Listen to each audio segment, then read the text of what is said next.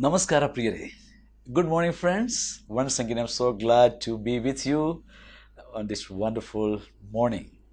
ಮತ್ತೊಮ್ಮೆ ನಿಮ್ಮೆಲ್ಲರನ್ನ ಈ ದಿವಸದಲ್ಲಿ ಭೇಟಿ ಮಾಡಲು ದೇವರು ನನಗೆ ಕೊಟ್ಟಂಥ ವಿಶೇಷವಾದ ಕೃಪೆಗಾಗಿ ಆಶೀರ್ವಾದಕ್ಕಾಗಿ ನಾನು ದೇವರನ್ನು ಕೊಂಡಾಡುತ್ತೇನೆ.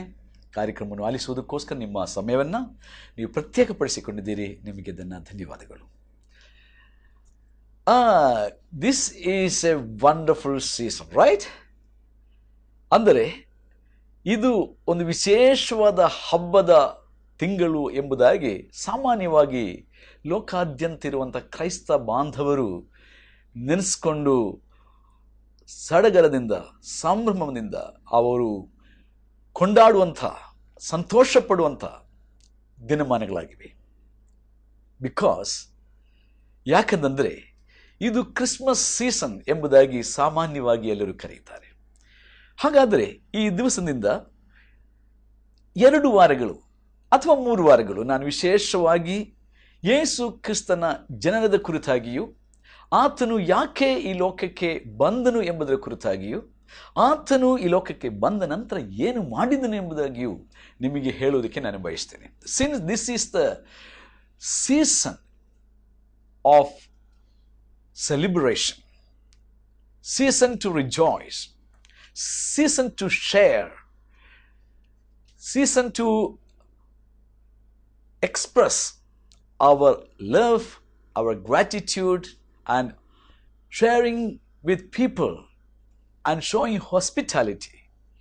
I just want to share with you for the next couple of weeks about the birth of Jesus and why he was born to this world and what he has done after his death and what is the importance of his coming to this universe. There is a reason for this season. ಈ ಒಂದು ವಿಶೇಷವಾದ ದಿನಗಳಿಗೆ ಒಂದು ವಿಶೇಷವಾದ ಕಾರಣ ಉಂಟು. ಕಾರಣವಿಲ್ಲದೆ ದೇವರು ಚರಿತ್ರೆಯಲ್ಲಿ ಏನೂ ಸಹ ಮಾಡಲಿಲ್ಲ. God has never done anything in the human history without a specific reason. The Creator God does everything with a reason. So, ಈ ದಿವಸದಲ್ಲಿ ನಮ್ಮ ಧ್ಯಾನವನ್ನು ಆರಂಭಿಸುವಾಗ ದೇವರ ವಚನವಾದ ಸತ್ಯ ವೇದದಿಂದ ಒಂದು ವಚನವನ್ನು ಓದುವುದಕ್ಕೆ ಬಯಸ್ತೇನೆ. For our today's meditation I just want to read a scripture portion from the 2 Corinthians chapter 2 and verse 9. ನಮ್ಮ ಕರ್ತನಾದ ಯೇಸು ಕ್ರಿಸ್ತನ ಕೃಪೆಯು ನಿಮಗೆ ಗೊತ್ತಾಗಿದೆಯಲ್ಲ. ಆತನು ಐಶ್ವರ್ಯವಂತನಾಗಿದ್ದು ತಾನು ಬಡತನದಲ್ಲಿ ಸೇರುವುದರಿಂದ ನೀವು ಐಶ್ವರ್ಯವಂತರಾಗಬೇಕೆಂದು ನಿಮಗೋಸ್ಕರ ಬಡವನಾದನು. For you know the grace of our Lord Jesus Christ, that though he was rich, yet for your sake he became poor, so that by his poverty you might become rich. Paul, the servant of the Most High God, is writing to the believers of Jesus Christ in the city of Corinth in the first century around AD 64-65. ಮೊದಲನೇ ಶತಮಾನದಲ್ಲಿ ಕೊರಿಂಥ ಪಟ್ಟಣದಲ್ಲಿದ್ದಂಥ ಕ್ರೈಸ್ತ ಭಕ್ತರಿಗೆ ದೇವರ ಭಕ್ತನು ದೇವರ ರಾಯಭಾರಿಯೂ ಆಗಿದ್ದಂಥ ಶ್ರೀ ಪೌಲನು ಬರೆಯುವಂಥ ಈ ಪತ್ರದ ಮೂಲಕವಾಗಿ ಆತನು ಆಗಿನ ಕಾಲದಲ್ಲಿದ್ದಂಥ ವಿಶ್ವಾಸಿಗಳಿಗೆ ಮಾತ್ರವಲ್ಲದೆ ಲೋಕಾದ್ಯಂತ ಇರುವ ಮುಂದೆ ಬರಲಿರುವ ಯೇಸು ಸ್ವಾಮಿಯ ಭಕ್ತರಿಗೆ ಬರೆದು ತಿಳಿಸುವಂಥ ಒಂದು ವಿಶೇಷವಾದ ಸತ್ಯಾಂಶ ಈ ವಾಕ್ಯದಲ್ಲಿ ನಾವು ನೋಡುತ್ತೇವೆ. when Paul writes this letter, he was not just writing for the first century believers, but he is telling this mystical truth to the whole generations, even the generation which has to come. And he is reminding the people of God. ದೇವರ ಜನರಿಗೆ ಪೌಲನು ತಿಳಿಯಪಡಿಸ್ತಾ ಇದ್ದಾನೆ, ನೆನಪಿಸುತ್ತಾ ಇದ್ದಾನೆ, ನಮ್ಮ ಕರ್ತನಾದ ಯೇಸು ಕ್ರಿಸ್ತನ ಕೃಪೆಯು ನಿಮಗೆ ಗೊತ್ತಾಗಿದೆಯಲ್ಲ. ನೀವು ಯೇಸು ಕ್ರಿಸ್ತನ ಮೂಲಕವಾಗಿ ದೊರಕಿದ ದೈವ ಕೃಪೆಯನ್ನ ಅನುಭವಿಸಿದೆಯಲ್ಲ, ತಿಳ್ಕೊಂಡಿದೆಯಲ್ಲ, ಅದು ಏನಾಗಿದೆ? Paul is telling you how experienced the grace of God. And what is that grace? ಆ ಗ್ರೇಸ್, ಆ ಕೃಪೆ ಏನಪ್ಪ ಅಂತಂದರೆ, ಆತನು ಅಂದರೆ ಯೇಸು ಕ್ರಿಸ್ತನು ಐಶ್ವರ್ಯವಂತನಾಗಿದ್ದು ತಾನು ಬಡತನದಲ್ಲಿ ಸೇರುವುದರಿಂದ ನೀವು ಐಶ್ವರ್ಯವಂತರಾಗಬೇಕೆಂದು ನಿಮಗೋಸ್ಕರ ಬಡವನಾದನು. A very profound faith, a very profound truth, a very profound promise of the living God. ದೇವರ ವಾಕ್ಯದಲ್ಲಿ ನಾವು ನೋಡುವಾಗ, ಯೋಹಾನನ ಸುವಾರ್ತೆ 1ನೇ ಅಧ್ಯಾಯ 17ನೇ ವಚನ ಓದುವಾಗ, when we read in John's Gospel chapter 1 and verse 17 says, grace and truth came to the world through Jesus Christ, the Son of the living God. ಕೃಪೆಯು ಸತ್ಯವು ತುಂಬಿದವನಾಗಿ ದೇವಕುಮಾರನಾದ ಯೇಸು ಕ್ರಿಸ್ತನು ಈ ಲೋಕಕ್ಕೆ ಜನಿಸಿ ಬಂದನು. ಕೃಪೆಯು ಸತ್ಯವು ತುಂಬಿದವನಾಗಿ. ಕೃಪೆ, what does it mean? Grace. Grace simply defines God's riches at the expense of Christ. Let me repeat again. God's riches at Christ's expense. ಕೃಪೆ ಅಂದರೆ ಸೃಷ್ಟಿಕರ್ತನಾದ, ಪರಿಶುದ್ಧನಾದ, ಸರ್ವಶಕ್ತನಾದ, ಪ್ರೀತಿ ಸ್ವರೂಪನಾದ, ಕೃಪಾಳುವಾದ ದೇವರು ತನ್ನ ಏಕೈಕ ಕುಮಾರನಾದ ಯೇಸು ಕ್ರಿಸ್ತನಲ್ಲಿ ತನ್ನ ಸಕಲ ವೈಭವವನ್ನ, ಆತ್ಮಿಕವಾದ, ಭೌತಿಕವಾದ ಸಕಲ ಐಶ್ವರ್ಯವನ್ನ ತುಂಬಿಸಿ ಈ ಲೋಕಕ್ಕೆ ಆತನು ಕಳುಹಿಸಿದನು. ಯೇಸು ಕ್ರಿಸ್ತನನ್ನ ಈ ಲೋಕಕ್ಕೆ ಕಳಿಸಿದನು. ಆತನು ಅಂದರೆ ಯೇಸು ಕ್ರಿಸ್ತನು ಐಶ್ವರ್ಯವಂತನಾಗಿದ್ದು, ಯೇಸು ಕ್ರಿಸ್ತನು ಐಶ್ವರ್ಯವಂತನಾಗಿದ್ದನು. Remember, Paul is reminding the people who have put their trust in Christ, and he says Jesus was rich. He was rich in everything. ಯೇಸು ಕ್ರಿಸ್ತನು ಎಲ್ಲ ವೈಭವವನ್ನು, ಎಲ್ಲ ಐಶ್ವರ್ಯವನ್ನು, ಎಲ್ಲ ಅಧಿಕಾರವನ್ನು, ಎಲ್ಲ ಪರಿಶುದ್ಧತೆಯನ್ನು, ಎಲ್ಲ ಜ್ಞಾನವನ್ನು, ಎಲ್ಲ ಸರ್ವವ್ಯಾಪಿತ್ವವನ್ನು, ಎಲ್ಲ ಜ್ಞಾನವನ್ನು ತುಂಬಿದವನಾಗಿದ್ದಾನೆ. He was rich in every aspect, in authority, in holiness, in love, in might, in love, in compassion. He was Almighty God. Many people think falsely that Jesus Christ is one among many gods. ಲೋಕಾದ್ಯಂತಿರುವಂಥ ಅನೇಕ ಸ್ನೇಹಿತರು ಯೇಸು ಸ್ವಾಮಿನು ತಪ್ಪಾಗಿ ಅರ್ಥ ಮಾಡಿಕೊಂಡಿದ್ದಾರೆ. ಸಾವಿರಾರು ದೇವರುಗಳಲ್ಲಿ ಯೇಸು ಕ್ರಿಸ್ತನು ಕೂಡ ಒಬ್ಬ ದೇವರು. No, my friend. Bible very clearly says that Jesus Christ is the living God. ಯೇಸು ಕ್ರಿಸ್ತನು ಆತನು ಮಾತ್ರವೇ ಜೀವಿಸುವಂಥ ದೇವರು ಎಂಬುದಾಗಿ ಸತ್ಯವೇದ ಹೇಳುತ್ತದೆ. ಆತನು ಐಶ್ವರ್ಯವಂತನಾಗಿದ್ದನು. He was rich in everything. But there is a but. ಆದರೆ ಐಶ್ವರ್ಯವಂತನಾಗಿದ್ದಂಥ, ಸರ್ವ ವಿಷಯಗಳಲ್ಲಿಯೂ ಐಶ್ವರ್ಯವಂತನಾಗಿದ್ದಂಥ ಯೇಸು ಕ್ರಿಸ್ತನು ಏನಾದನು? ಬಡವನಾದನು. ಯಾಕೆ ಬಡವನಾದನು? Why he became poor? Though he was so rich in everything, the Bible gives us the answer. And it says, you and me become rich in God through Jesus Christ. ಯೇಸು ಕ್ರಿಸ್ತನ ಮುಖಾಂತರ ನಾನು ಮತ್ತು ನೀವು ಐಶ್ವರ್ಯವಂತರಾಗಬೇಕೆಂದು ಐಶ್ವರ್ಯವಂತನಾಗಿದ್ದಂಥ ಯೇಸು ಕ್ರಿಸ್ತನು ಬಡವರಲ್ಲಿ ಬಡವನಾದನು. And that is what Christmas is all about. The so rich God became the so poor man.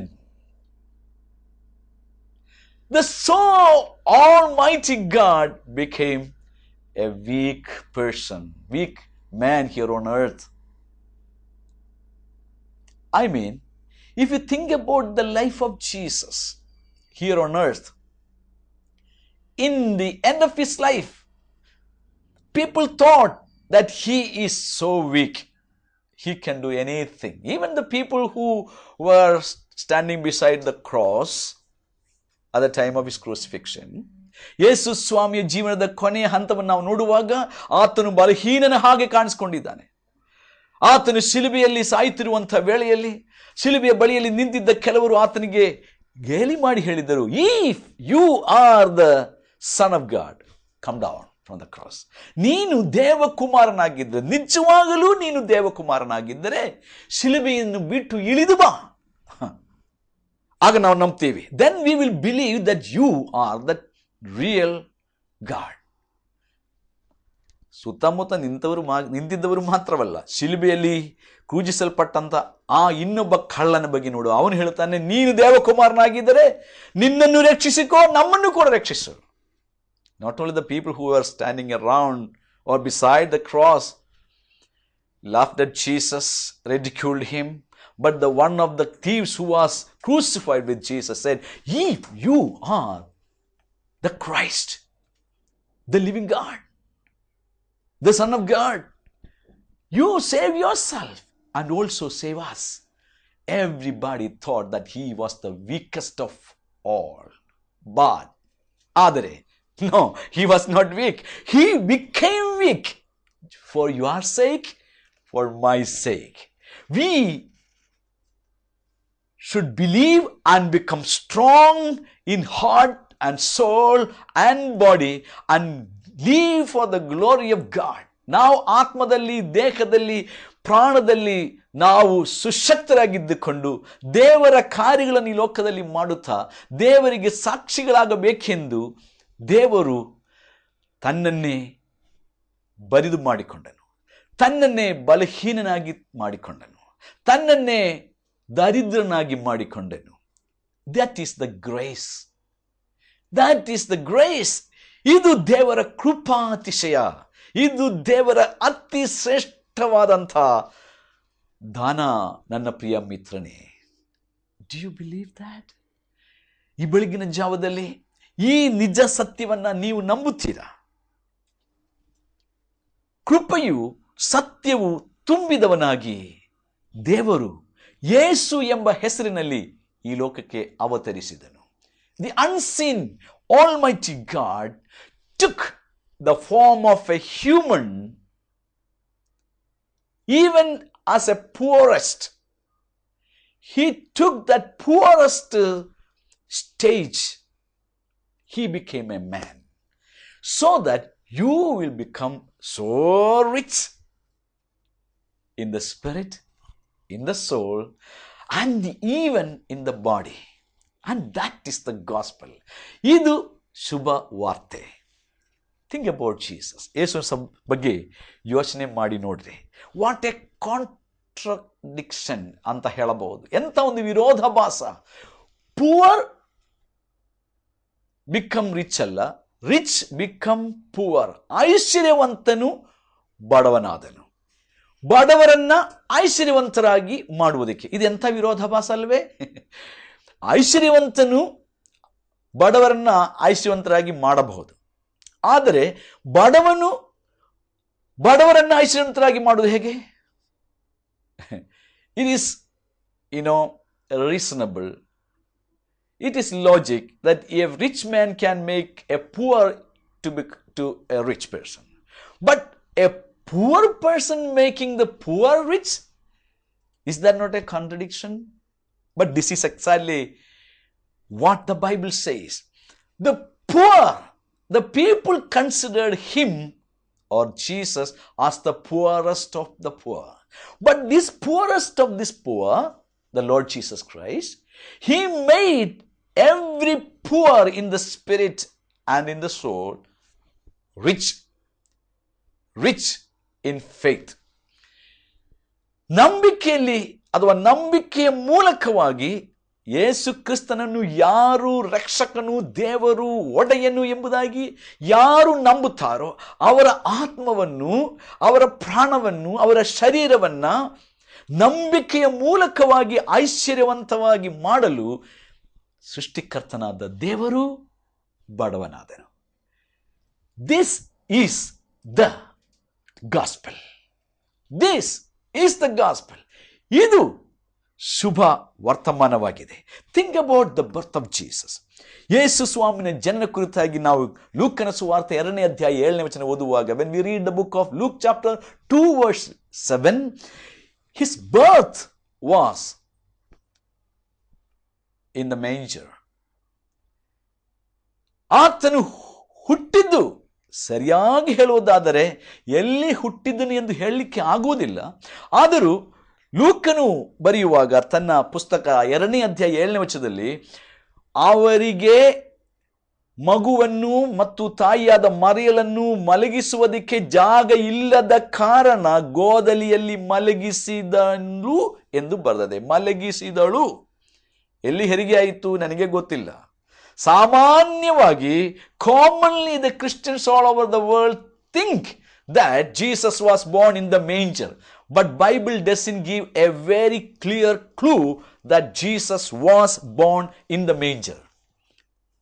You can turn to the Bible to the Luke's Gospel chapter 2 and verse 7. It says, ಅವಳು ಅಲ್ಲಿ ಇದ್ದಾಗ, ಬೆತ್ಲೆಹೇಮಲ್ಲಿ ಬಂದಾಗ ಅವಳಿಗೆ ದಿನ ತುಂಬಿತ್ತು.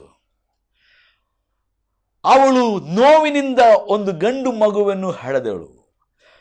ಅವರಿಗೆ ಛತ್ರದಲ್ಲಿ ಸ್ಥಳವಿಲ್ಲದ ಕಾರಣ ಅವರ ಮಗುವನ್ನ ಗೋದಲಿಯಲ್ಲಿ ಮಲಗಿಸಿದಳು. They had no place. Mary and the child had no place to take rest.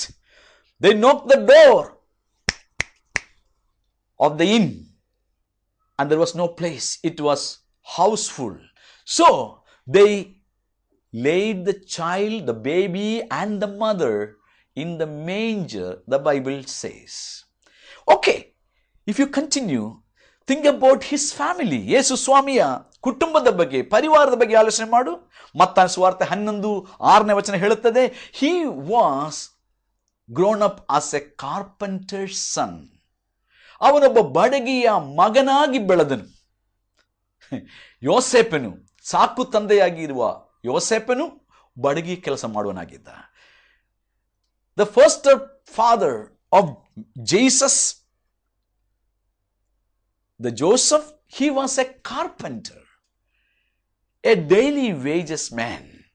ದಿನಗೂಲಿ ಮಾಡುವಂಥ ಒಬ್ಬ ಸಾಮಾನ್ಯ ಬಡವನಾಗಿರುವಂಥ ಯೋಸೇಫನು, ಅವನ ಕುಟುಂಬದಲ್ಲಿ ಯೇಸು ಹುಟ್ಟಿದನು. ಯೋಸೇಫನ ಮೂಲಕ ಹುಟ್ಟಲಿಲ್ಲ.